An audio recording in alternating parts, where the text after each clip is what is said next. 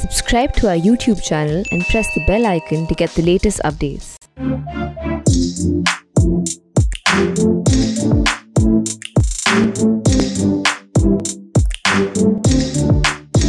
Hello everyone and welcome to this edition of ThePrint Softcover, which is a platform upon which we launch non-fiction books. Today I have a very special, interesting, a very insightful book that I'm just about to hold up. It's called Orienting, an Indian in Japan. And it's written by a very seasoned journalist who has lived in 4 countries, speaks several languages, and is here today with us. Thank you so much, Pallavi Aiyar, for joining us. Thank you so much for having me here. I'm really happy to be here talking with you, Pia. Great. Welcome.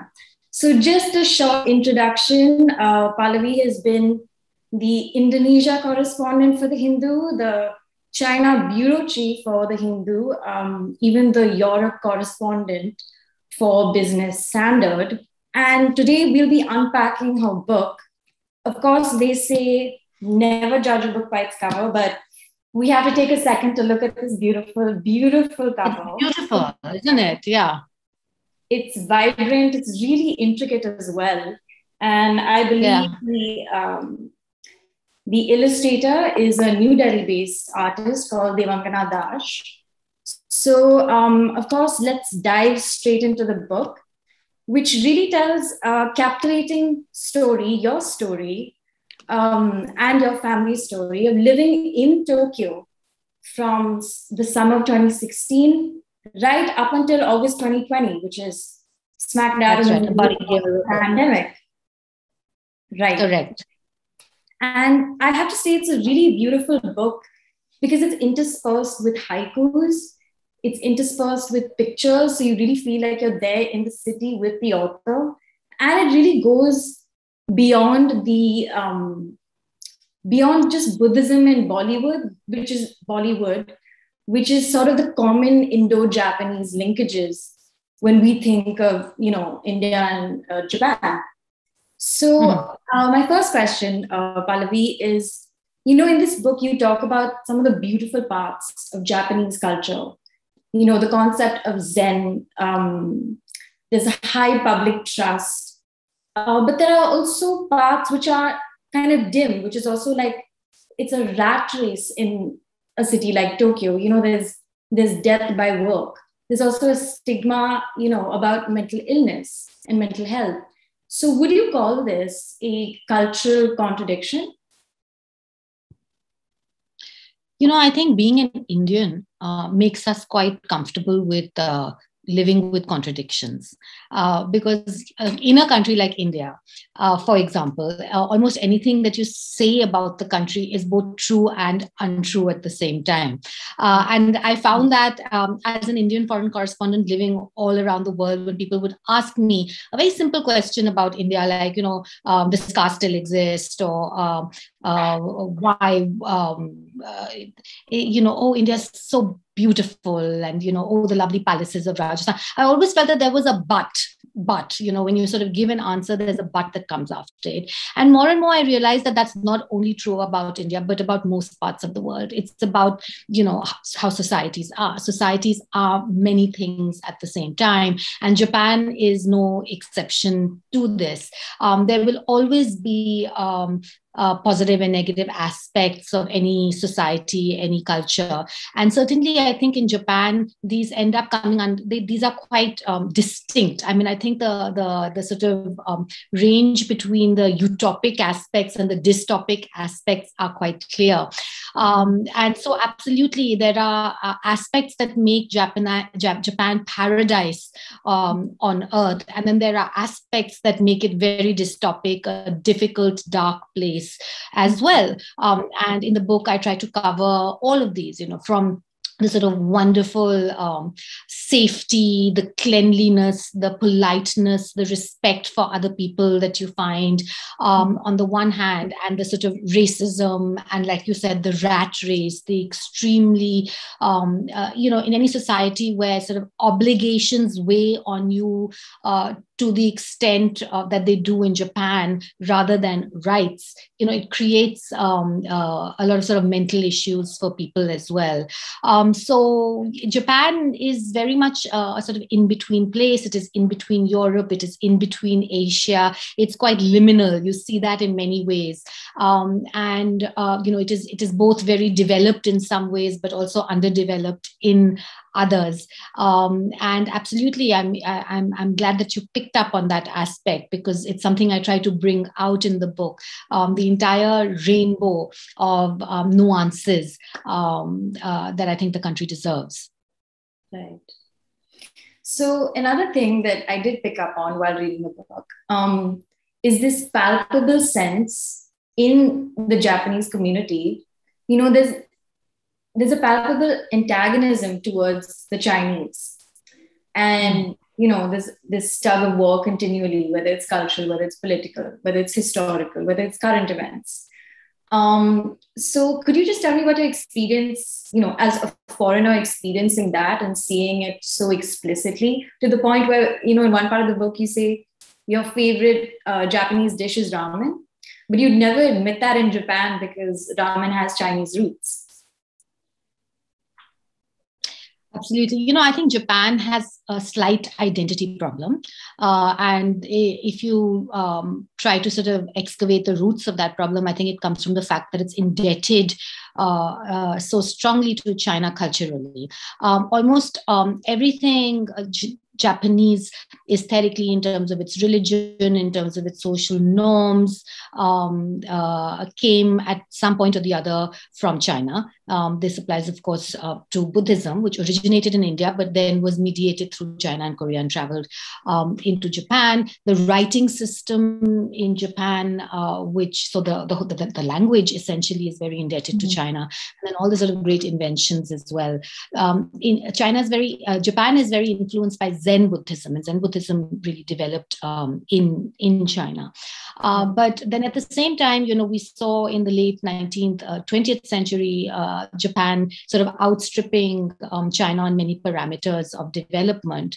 But at the same time, it's very indebted to China. And then you have a situation where in modern times, China is rising once again and outstripping Japan on many parameters. So it creates a sort of strange tension of wanting to be separate from, in some ways feeling superior to, but at the same time realizing that China is kind of the big brother. It's the mothership in many ways, from where a lot of what we consider to be Japan derived, including the food. As you mentioned, ramen, gyoza, all of these things are in fact Chinese. Interestingly, when I was looking for sort of two-way cultural transfusion, because usually culture is cyclical, things go in one way, but they also come back. There was very little that I could find that had flown from Japan to China. It was really mostly one-way traffic. And the only exception was the folding fan that we see, which was actually Japanese and went to China. But so I think that, particularly in contemporary times, China poses a problem. The Japanese have spent a long time feeling quite superior to the country, which was essentially an agricultural backwater, while Japan was a very technologically advanced and sophisticated country. I'm talking about the 1970s, the 1980s. And then we see this kind of reversal over the last 20 years where Japan has been stagnant. And we see the great rise of China, geostrategically, economically. And Japan and China historically have a very complicated relationship because Japan invaded China during the Second World War. And there's a lot of resentment, historical resentment in China against Japan, but you have the right-wing sort of militaristic conservatives in Japan who don't think that they have much to apologize for when it comes to what went on in China. And all of those tensions, of course, continue till today. They have not been resolved, but they are economically extremely intertwined. And Japanese businesses trade a lot with China. They invest a huge amount in China. A lot of China's development has been the result of Japanese investment.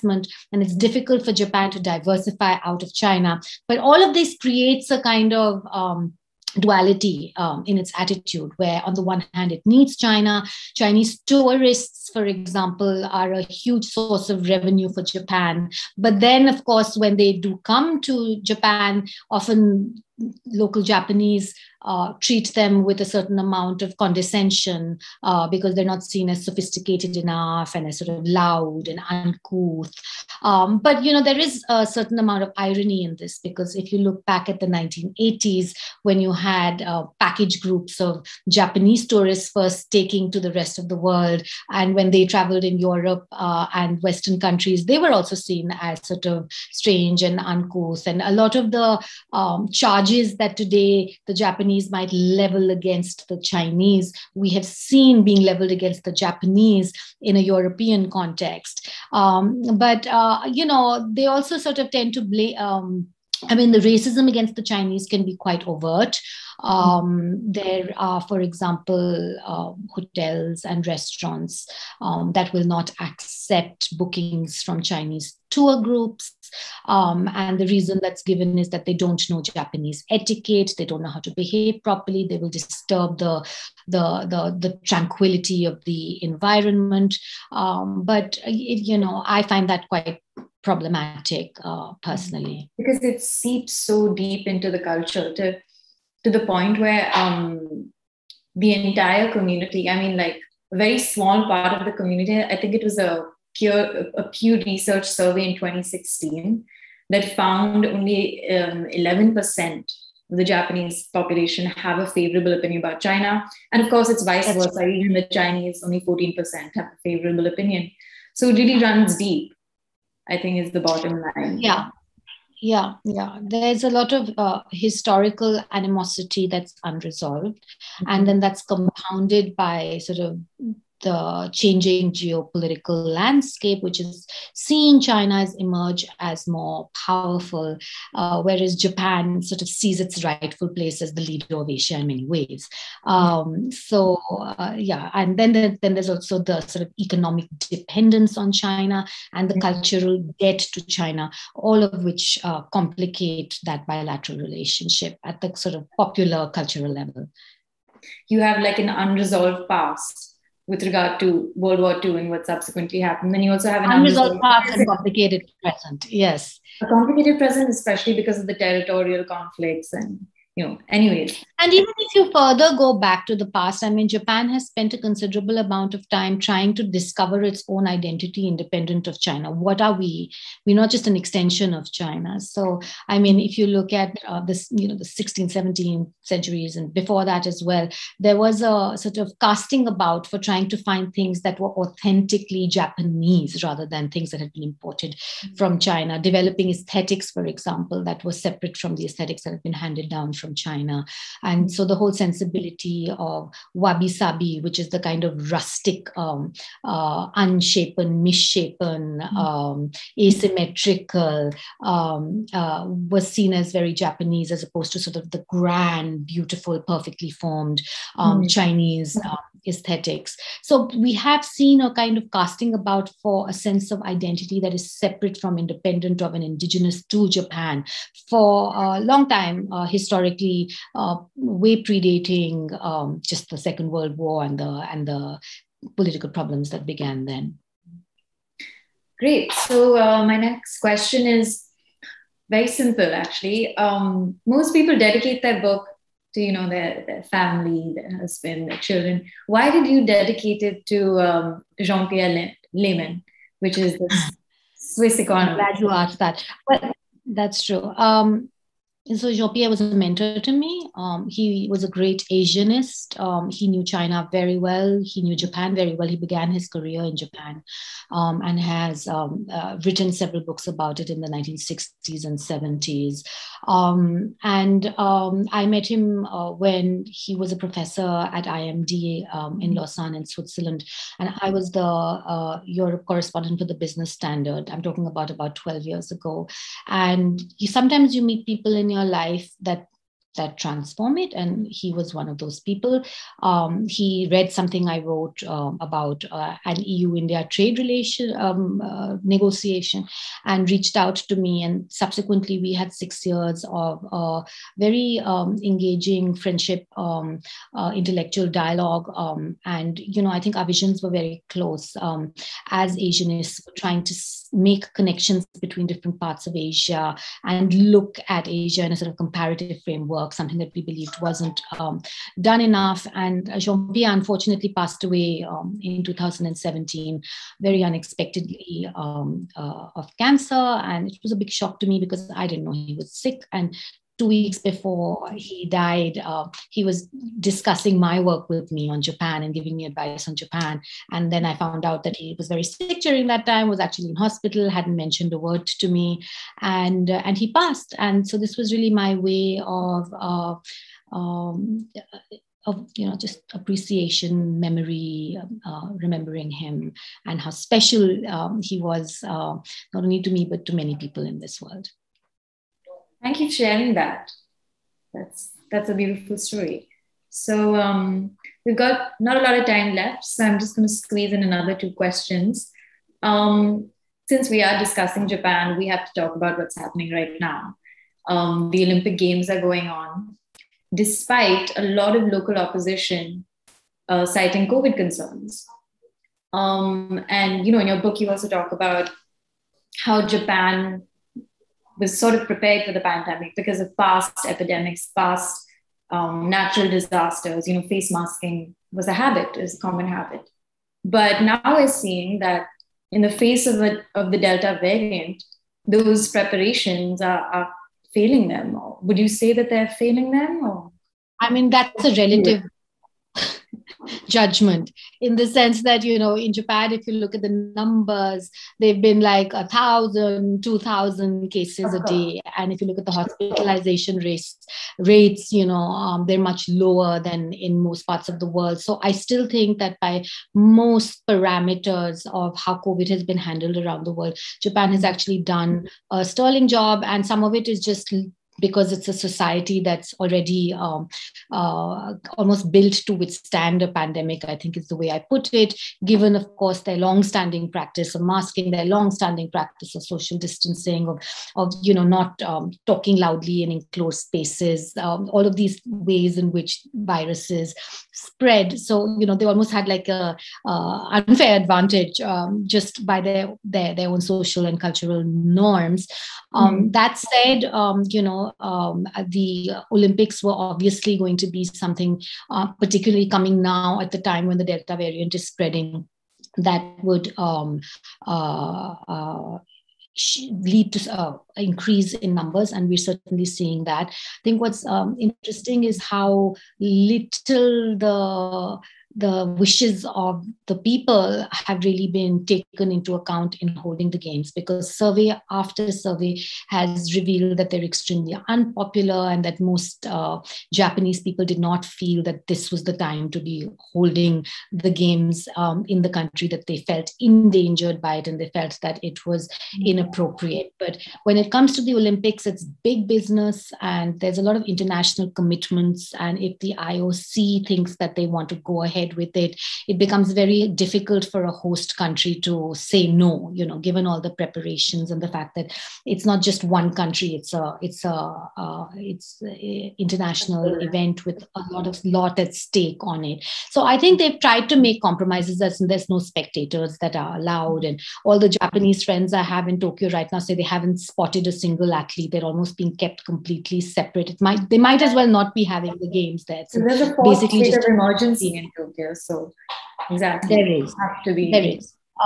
Yeah, but something that I mentioned in the book as well, that an emergency in Japan is quite a different kettle of fish to an emergency in many other parts of the world. To begin with, emergencies in Japan are 100% voluntary. The government has no ability to, there's no penal backing, there's no coercive backing by law that can force people to actually, or businesses to comply.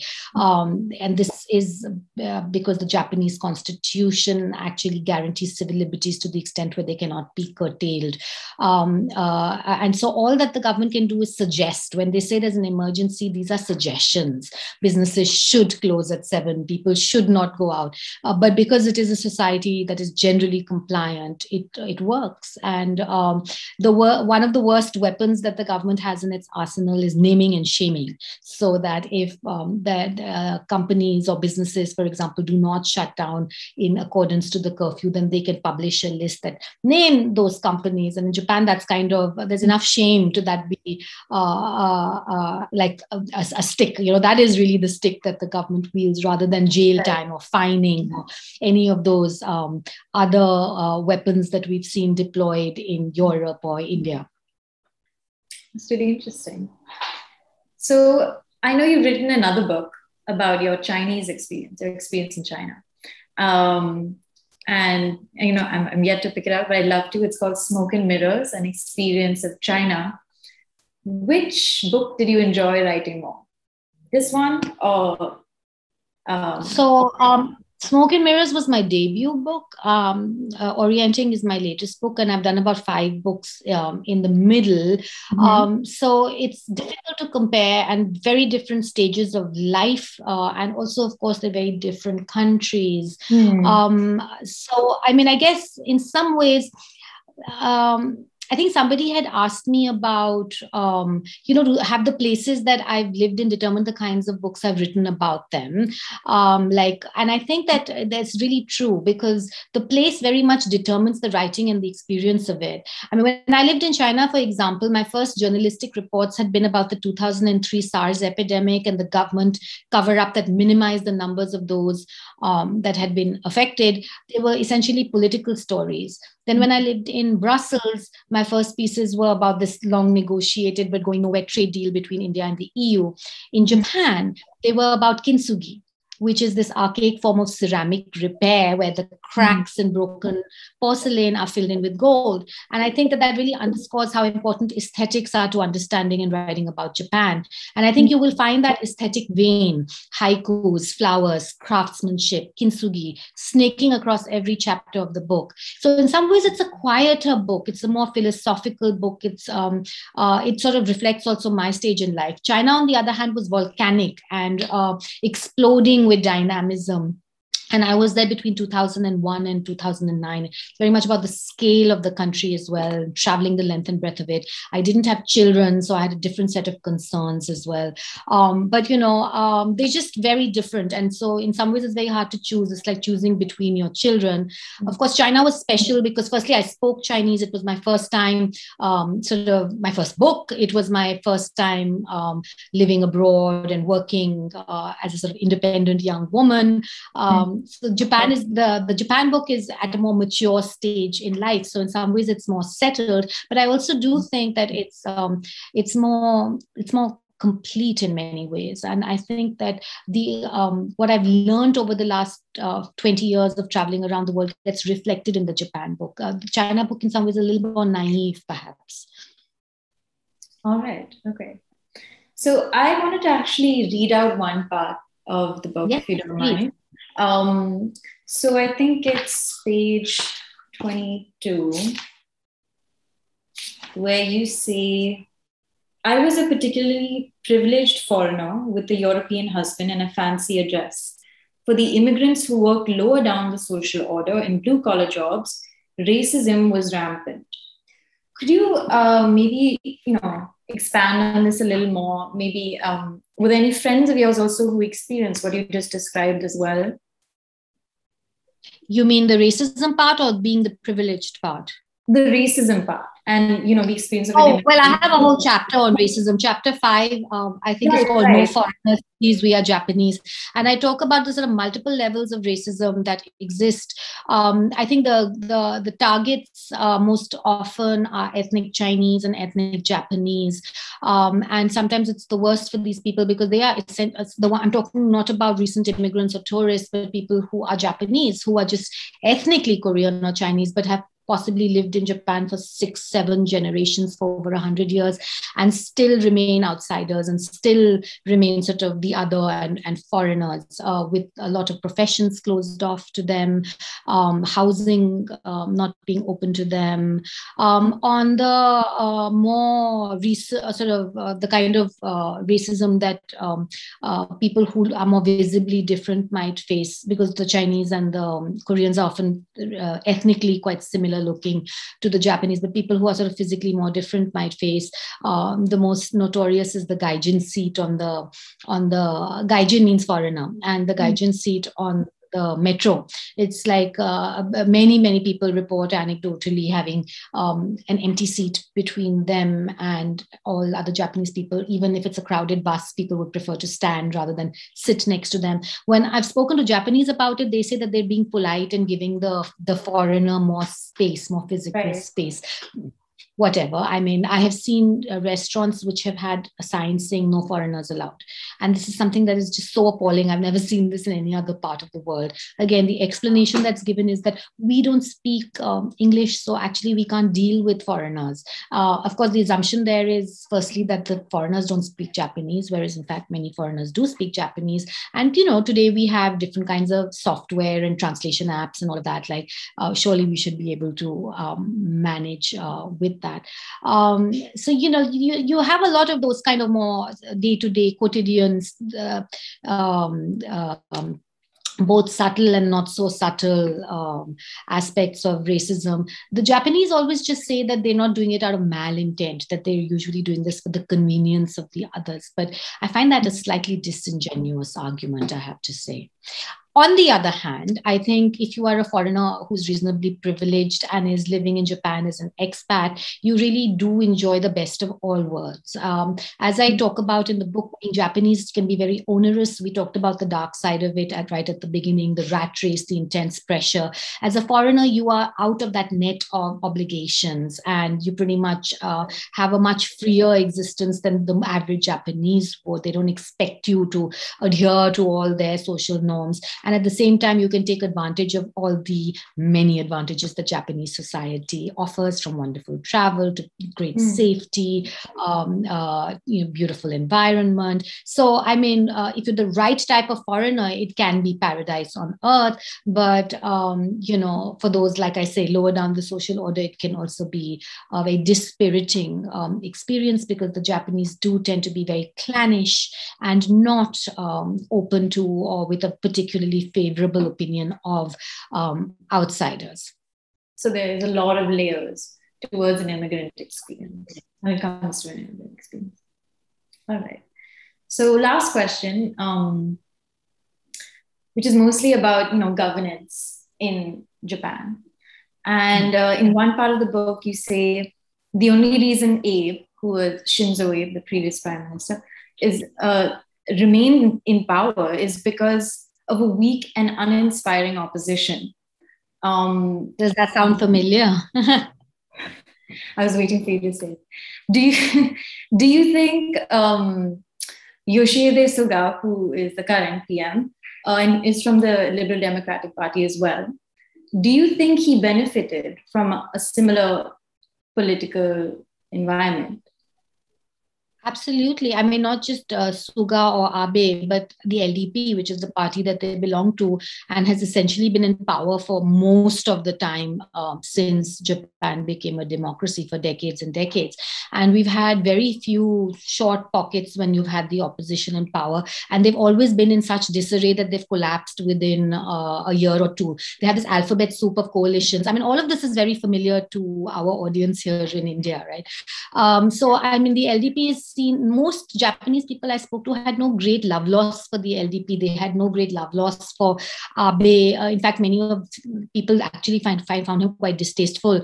But they voted for him because there was really this whole Tina thing. There is no alternative, right? They're very strong in Japanese society, and they are sort of conservative in any case. So the idea of great change and uncertainty is not something that would culturally appeal to them, since it tends to be on the whole a risk-averse, more sort of Confucian-oriented society. society. And that allows the LDP to just exist and exist, despite the fact that many of its stated aims are quite unpopular. I mean, holding the Olympics was unpopular.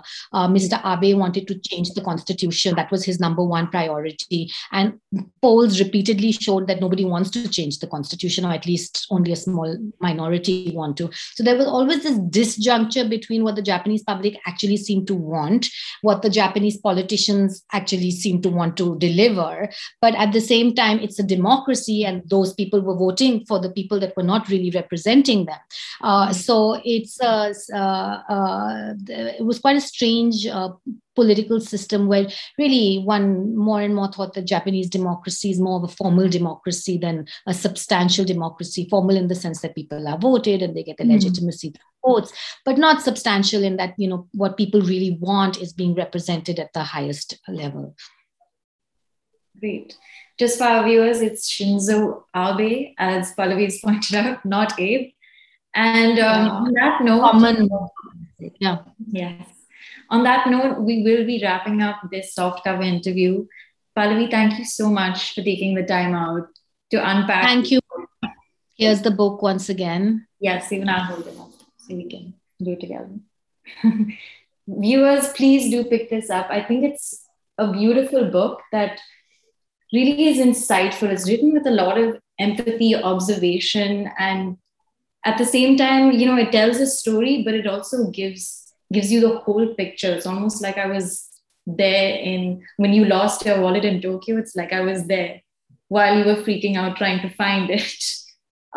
So thank you so much, and take care. Thank you very much, Pia. Thank you for having me here, and very happy to launch the book here with the print and softcover.